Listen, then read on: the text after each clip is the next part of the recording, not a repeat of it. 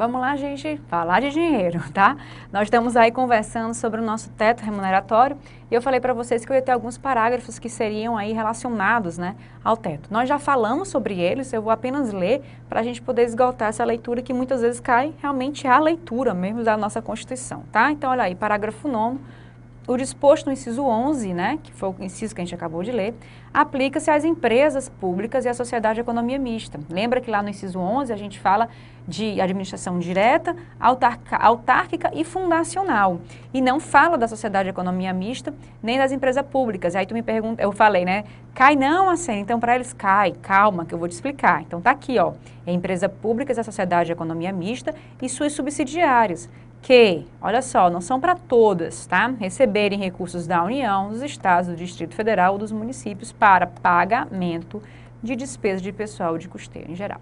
Então, se eu recebo valor, se eu tenho algum tipo de transferência de recursos sendo feito pela administração direta a essas empresas públicas, sociedade de economia mista e seus subsidiários, haverá, portanto, a incidência aí do teto, que é praticamente em todas, né?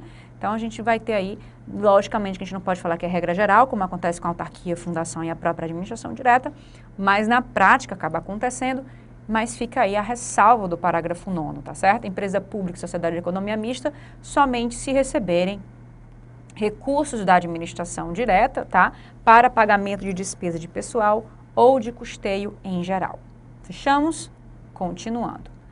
Não serão computados para efeito dos limites remuneratórios de que trata o inciso 11, que nós acabamos de falar, as parcelas de caráter indenizatórias previstas em lei. Como eu te falei, né? O teto remuneratório não envolve parcelas que são não remuneratórias, ou seja, indenizatórias. A gente vai sempre falar de parcelas aí remuneratórias. Parágrafo 12, para os fins do disposto no inciso 11 do caput deste artigo, fica facultado aos Estados, ao Distrito Federal, fixar em seu âmbito, mediante emenda às respectivas Constituições e lei orgânica, como limite único, olha o teto único, o subsídio mensal do desembargador do respectivo Tribunal de Justiça, que vai estar limitado a 90,25%, né, 90,25%, do subsídio mensal dos ministros do Supremo Tribunal Federal, não se aplicando o disposto nesse parágrafo aos subsídios dos deputados estaduais, distritais e dos vereadores. Por que os deputados estaduais não vão poder? Porque a Constituição, lá no meu artigo 27, já fala que eles recebem 75% dos deputados federais, ok? E vereador é o do prefeito, né? Então não pode aí incluir esses limites, tá certo? Então, deputado estadual fica com o deputado federal, como eu te falei lá na nossa aula passada, e o teto único seria realmente aí para judiciário e para executivo. Continuando. Inciso 12. Os vencimentos dos cargos do Poder Legislativo e do Poder Judiciário não poderão ser superiores ao pagos pelo Poder Executivo. Bom, aqui você já está craque, né, no que é remuneração. Vejam só. O inciso 12 fala assim, ó, os vencimentos. Quando eu coloco no plural, eu estou falando daquela parcela base, tá? Aquilo que realmente é o vencimento base, a parcela remuneratória, mas eu vou ter outras parcelas remuneratórias chamadas de gratificação. Porque o vencimento ele é formado pelo base mais gratificação. Quando o inciso 12 fala os vencimentos, ele está se referindo ao base, tá? Então, os vencimentos dos cargos do Poder Legislativo e do Poder Judiciário não poderão ser superiores aos pagos pelo Poder Executivo. Ou seja, o base do Executivo vai ser sempre maior do que o Legislativo, do que o do Judiciário. Regra constitucional. Isso não quer dizer que os servidores do Executivo serão melhor remunerados do que o do Judiciário e do que o do Legislativo. Por quê? Porque as gratificações do Judiciário e do Executivo não seguem essa mesma regra. Tanto é que a gratificação de atividade judiciária, a GAGE, é muito maior do que a GAI, a gratificação de atividade executivo, que também vai ser, né, menor do que a GAU, aquela gratificação de atividade do Legislativo. Ela é a maior, em regra, tá certo? Então, o que a gente tem aqui é isso, o vencimento base do Executivo é maior do que o vencimento base do Judiciário e do Legislativo. Mas eu posso ter gratificações aí variadas, tá? Na remuneração, os poderes vão estar aí, digamos assim, livres para fixar através de lei a remuneração condizente que se puder né, em relação ao exercício das suas funções. Ficou claro? Outro detalhe, a ADI 603 da relatoria do ministro Eros Grau, ela determinou, ela analisou esse inciso 12 e deixou bem claro que não existe aí nenhum tipo de equiparação, que não existe aí nenhum tipo de isonomia para ser invocada por nenhum servidor. O que a Constituição fez, e depende de lei para ser executado, foi apenas dizer que o base do Executivo é maior do que o do Legislativo e do Judiciário, ponto. Para que isso aconteça, é necessário que aquele cargo que se está em referência seja igual aos cargos do Executivo e do Legislativo, do Judiciário e do Legislativo. Como assim, Arsênia? Eu tenho um analista administrativo. Esse meu analista administrativo, ele é um DAS, tá? Que é uma siglazinha, quem já está na administração pública sabe que os cargos, né, têm essas siglazinhas. Vamos colocar, ele é um DAS. Ele existe tanto no Executivo, como ele existe no Legislativo, como ele existe no Judiciário. Então, esse analista administrativo judiciário, analista administrativo legislativo, analista administrativo do Executivo, ele recebe como remuneração aquilo que tiver fixado em lei. Pode, inclusive, receber subsídio, para você ter uma ideia, tá? Mas, se ele receber vencimento, a parcela base vai ser maior para o Executivo. Legislativo e Judiciário, o base vai ser necessariamente menor em relação ao que foi fixado pelo Executivo. Mas isso vai ser seguido de gratificações. E essas gratificações podem sim fazer com que a remuneração desses cargos tenham aí a variação que for dada. Saem dessa regra do inciso 12 e podem receber os valores que cada poder entender como adequado à remuneração do seu cargo, tá? A única coisa que o inciso 12 está falando é em relação à remuneração base. Ponto final. Acabou. Ok? Esse inciso 12 ele é bastante questionado, cai em prova também, muito mais na literalidade, porque não é todo mundo que entende não, viu? Já vi muita gente aí fazer interpretação equivocada, mas podem pegar a DI 603, essa é a interpretação dada pelo ministro Eros Grau, tá? Não há isonomia, não há equiparação, há apenas uma regra de escalonamento no que diz respeito à remuneração base dos cargos que têm a mesma referência no Executivo, no Legislativo e no Judiciário, tá? Vamos lá, inciso 13. É vedada a vinculação ou equiparação de quaisquer espécies remuneratórias para o efeito de remuneração de pessoal do serviço público. A equiparar é dizer assim, ó, uma lei fixado, né, ficção dessa equiparação de remuneração, tá aqui, né, entre o analista administrativo, judiciário e o legislativo. Não pode haver essa equiparação, tá? Da mesma forma que eu não posso equiparar servidores que estão em cargos diferentes, nada disso pode. A vinculação é dizer que esse servidor ele vai receber 10 salários mínimos, estou vinculando ao salário mínimo. É vincular um reajuste a um índice de correção monetária federal. Os professores municipais vão receber um reajuste anual de acordo com a correção monetária, o índice de correção monetária fixado pela União. Isso não pode acontecer, inclusive esse é objeto de súmula vinculante que a gente vai tratar, tá? Existe uma súmula vinculante falando sobre isso daí. Ou seja, quando a gente conversa sobre essa questão de vinculação e equiparação, o STF ele é altamente recalcitrante em relação a isso, porque não pode o judiciário, sob o argumento de isonomia, fazer nenhum tipo de aumento remuneratório. Isso é súmula vinculante também, olha só, como também a súmula antiga, 339 do STF. Vocês estão vendo que só aqui no inciso 13 eu falei de 2 súmulas vinculantes. Arsênia, por que tantas súmulas vinculantes envolvendo essa matéria? Porque as súmulas vinculantes elas são produzidas através de demandas reiteradas. E eu tenho uma equiparação exigida por um servidor que vai ter outros milhares, né? Outras centenas na mesma posição. E essas outras centenas vão também exigir do judiciário, trazendo aquelas demandas repetitivas, que numa decisão o STF pode matar e fazer uma súmula vinculante, né?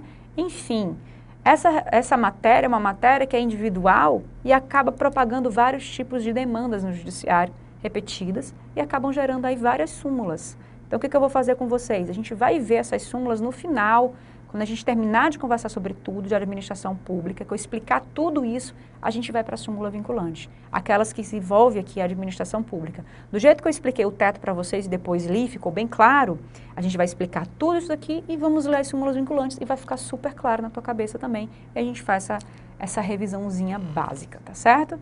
Mas eu já estou aí soltando elas aos poucos. Nós não vamos ler, eu só não vou parar para explicar, porque eu vou ter um momento para explicar cada uma delas, tá? Então, é vedada a vinculação ou equiparação, qualquer uma delas, de qualquer espécie remuneratória para o efeito de remuneração de pessoal do serviço público, tá? Qualquer espécie remuneratória, eu estou falando de vencimento e subsídio. Eu não posso nem vincular, nem equiparar nada, nenhum deles. 14. Os acréscimos pecuniários percebidos por servidor público não serão computados nem acumulados para fins de concessão de acréscimos ulteriores.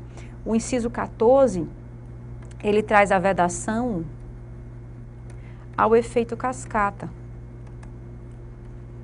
O que é o efeito cascata? O efeito cascata, antes da emenda constitucional 19, ele era muito comum na administração pública. Eu tinha um vencimento base de R$100.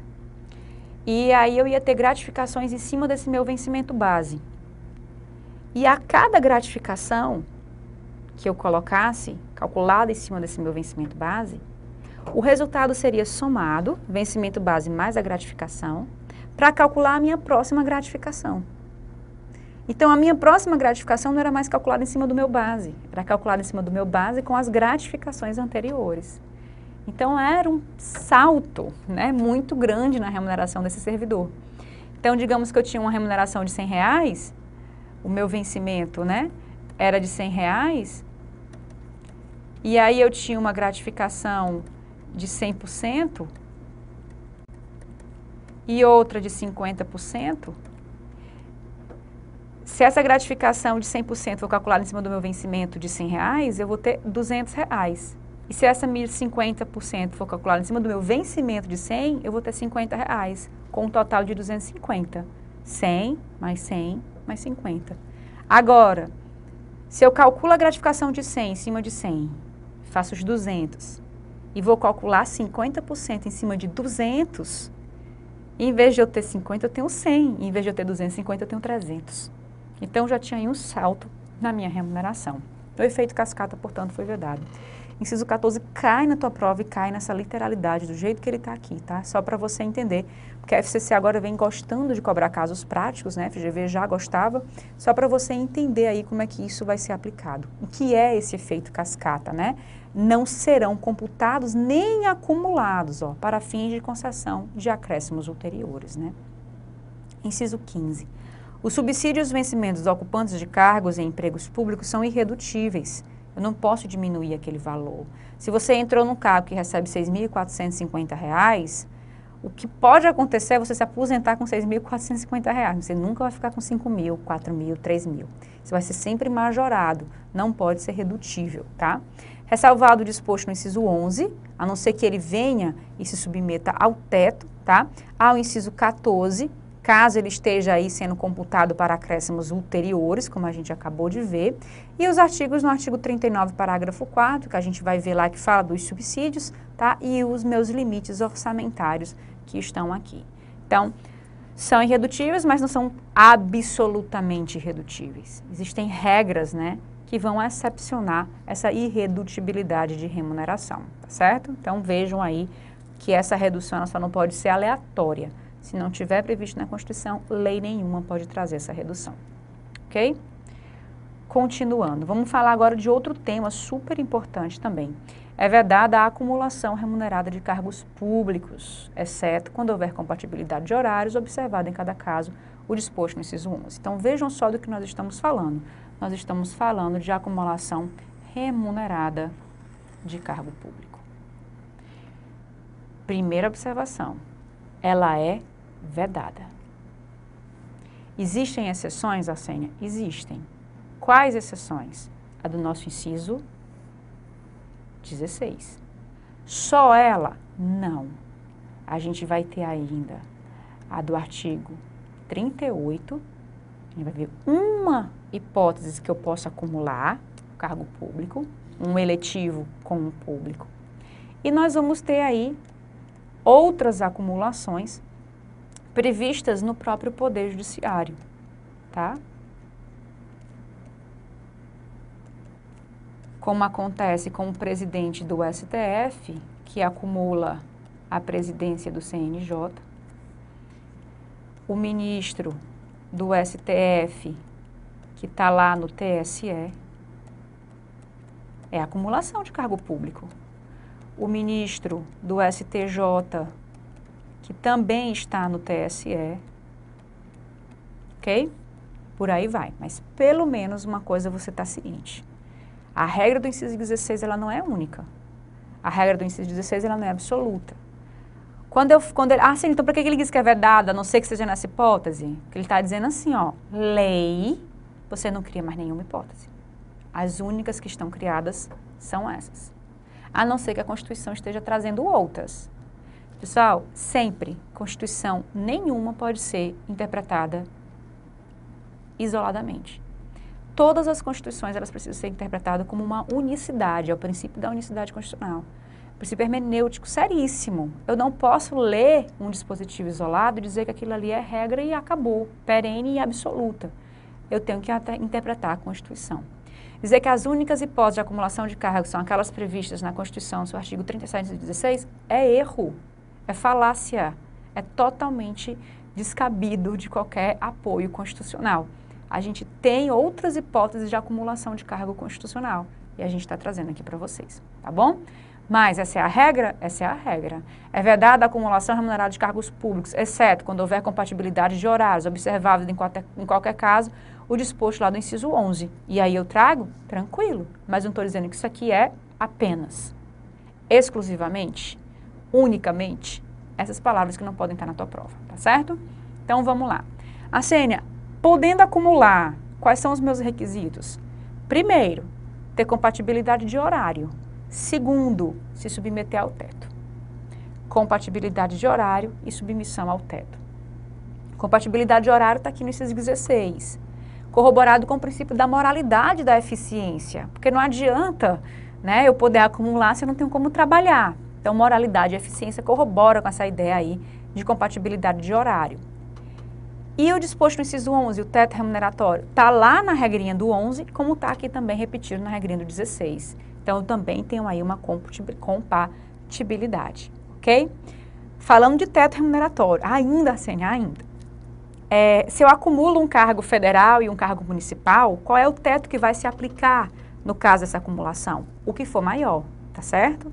Se é um estadual e um municipal, qual o teto que eu vou me submeter? O que for maior. Então, não tem aí uma regra do federal, enfim, estadual, não. O que for maior, o que for mais favorável é o que vai ser aplicado, tá certo? Nós temos aí uma jurisprudência evoluindo, vários tribunais concedendo, vamos colocar assim, a incidência do teto para cada cargo. Vamos supor, eu sou professor universitário estadual e eu sou médico legista estadual. Eu tenho 2 cargos estaduais que eu acumulo. Nesse caso, como é que eu faço, né? Na hora de receber, eu vou receber o quê? Eu vou receber as 2 remunerações limitadas ao teto do governador, ou eu vou receber cada uma limitada ao teto do governador? Hoje, as administrações públicas vão dar as 2 remunerações somadas limitadas ao teto do governador. Mas nós já temos aí uma evolução jurisprudencial, recursos esperando aí no STF, para poder avaliar e analisar essas remunerações de forma isolada e não somadas, tá certo? Observado em qualquer caso, disposto no inciso 11, é que cada cargo precisa se estabelecer no teto e não seria a soma, tá? Essa é a interpretação que está tentando se buscar. Atualmente, mantém-se aí a acumulação somada, é a somada que tem que se submeter aí ao inciso 11, tá certo? Então, vamos ver quais são os cargos. 2 cargos de professor, de um cargo de professor com outro técnico ou científico, e a de 2 cargos ou empregos privativos de profissionais da saúde com profissões regulamentadas, tá certo?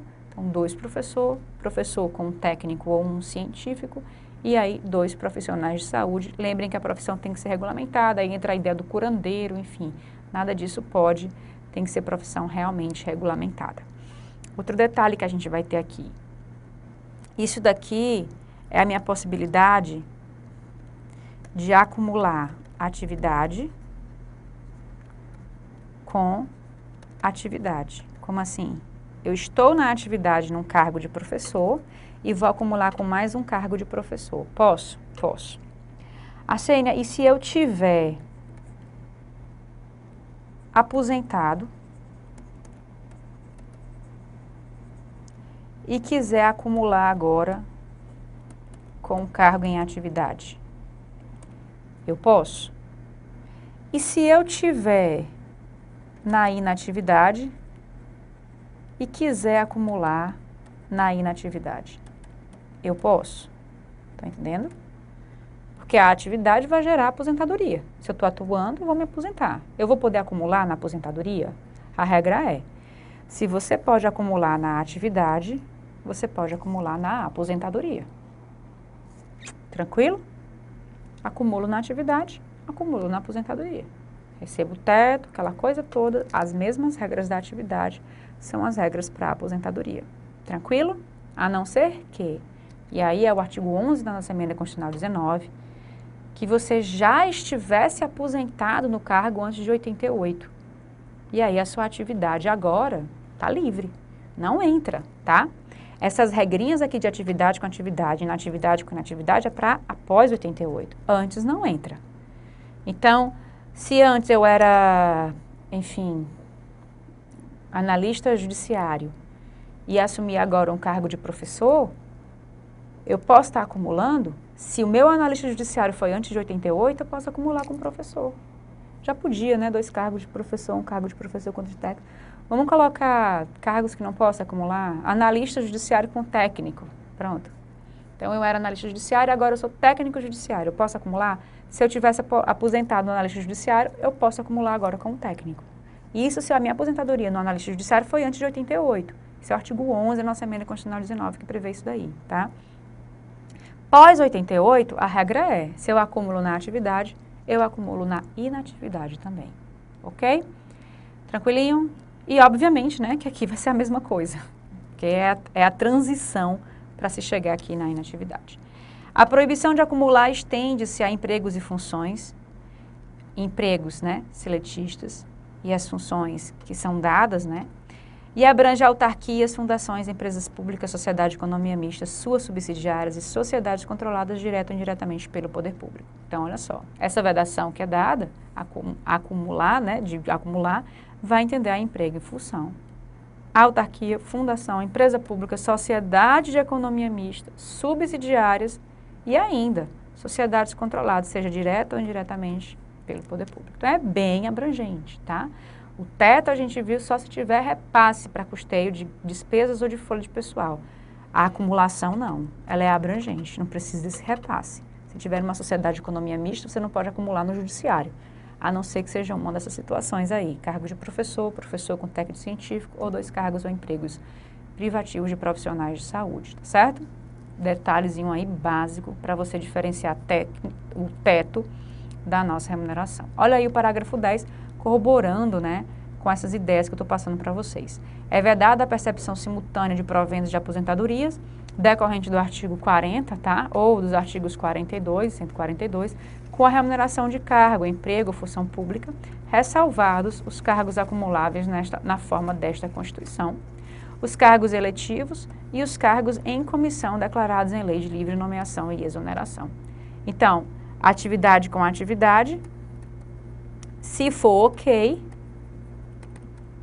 gera aí inatividade com inatividade, tá? Ressalvado, que é exatamente os cargos acumulados nesta Constituição, inatividade com inatividade, os eletivos, que eu vou poder acumular, né? Por que a gente pode acumular? Porque a gente viu lá fora que podia, e os cargos em comissão declarados em lei de livre nomeação e exoneração. Então, se eu tiver aqui atuando e podendo, ao mesmo tempo, acumular, Esses mesmos cargos eu levo para a aposentadoria. Mas, se eu tiver, como aqui nós estamos falando, na inatividade, vamos colocar, eu sou analista judiciário, sou procuradora do Estado, né? Eu sou procuradora do Estado. Aposentada, tá? Tô aqui na inatividade. Mas virei também... Ixi, travou aqui, Roberto. Vamos lá, explicar. Esperar ele processar aqui. Sou procuradora do Estado, aposentada. E vou virar prefeita, não tem problema nenhum, eu posso acumular. Estão vendo? E os cargos em livre e os cargos em comissão? Sou procuradora do Estado e sou chamada para ser assessora no tribunal depois da minha aposentadoria. Eu posso? Posso também. É isso que o nosso parágrafo 10 está falando.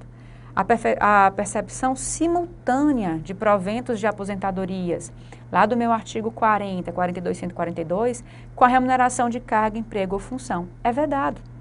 A não ser que sejam já acumuláveis, nos termos lá do 16, ou essa percepção simultânea de proventos de aposentadoria seja de cargo eletivo ou em cargo de comissão.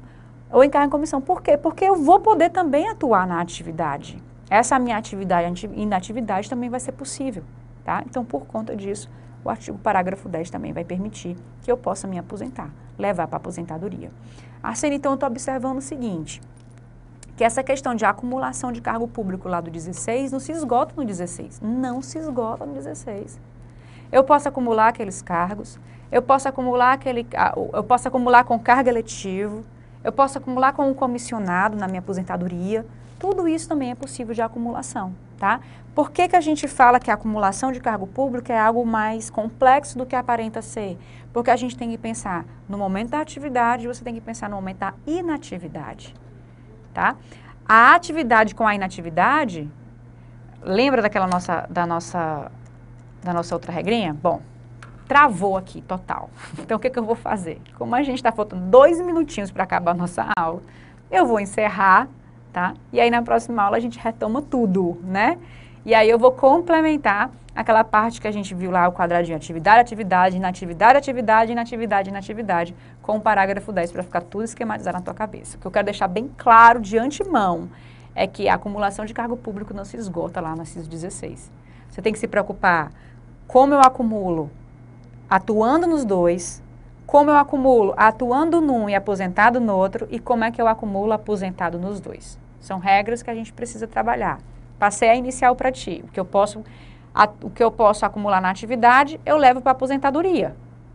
Então, eu vou poder estar aposentada e atuando nesses. Não tem problema. Atividade, atividade, atividade, inatividade, inatividade, inatividade. É possível. 16, lindo, perfeito.